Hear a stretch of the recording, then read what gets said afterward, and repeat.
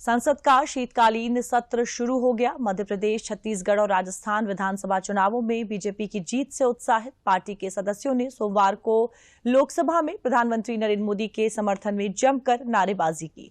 कुछ विपक्षी सदस्यों की तरफ से हो रहे हंगामे के कारण लोकसभा की कार्रवाई बाधित भी हुई, लेकिन इसके बाद दोनों ही सदनों में कई अहम विधायी कामकाज भी हुए।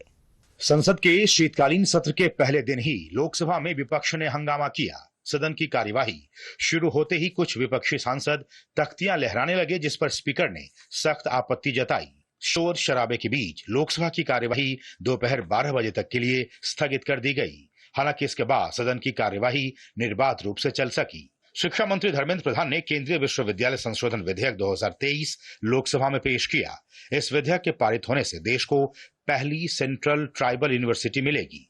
इसी साल अक्टूबर में पीएम मोदी की अध्यक्षता में कैबिनेट की बैठक में तेलंगाना में 889 करोड़ की लागत से समक्का सरक्का केंद्रीय जनजातीय विश्वविद्यालय की स्थापना का फैसला किया गया था।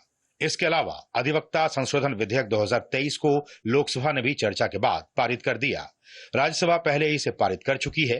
विधेयक का मकसद न्याय व्यवस्था को आम नागरिक के लिए अधिक सुलभ बनाना और कोर्ट परिसरों में दलाली रोककर कानूनी प्रणाली में सुधार लाना है।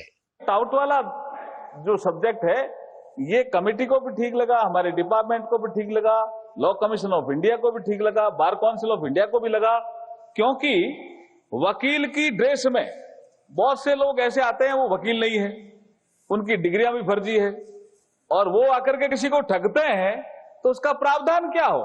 तो ये ऑलरेडी 1879 में प्रावधान था, इसको उठा करके हम 1961 में लाए। छोटा सा अमेंडमेंट था, 45A हमने इंसर्ट किया, और इसका उद्देश्य बिल्कुल पवित्र है कि जो कॉलोनियल लॉ है वो हम जिनकी यूटिलिटी नहीं है वो हम समाप्त करेंगे।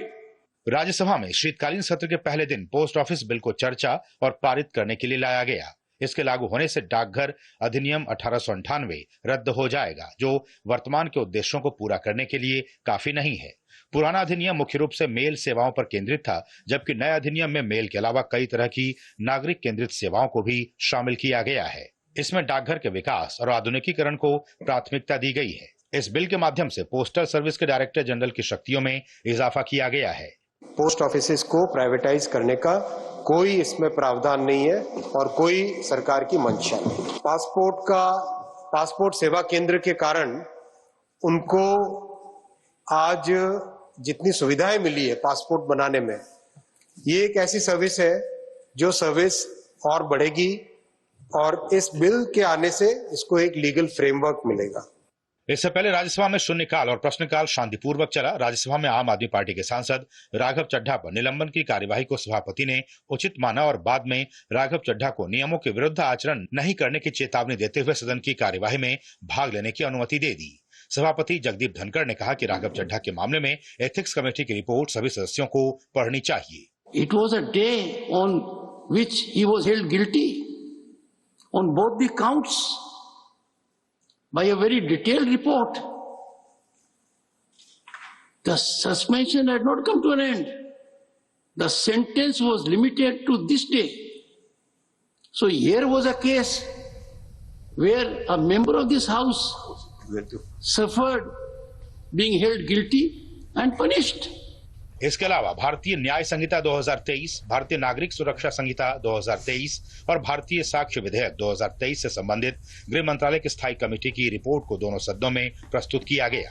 ये तीनों विधेयक आईपीसी, सीआरपीसी और साक्ष्य अधिनियम का स्थान लेंगे।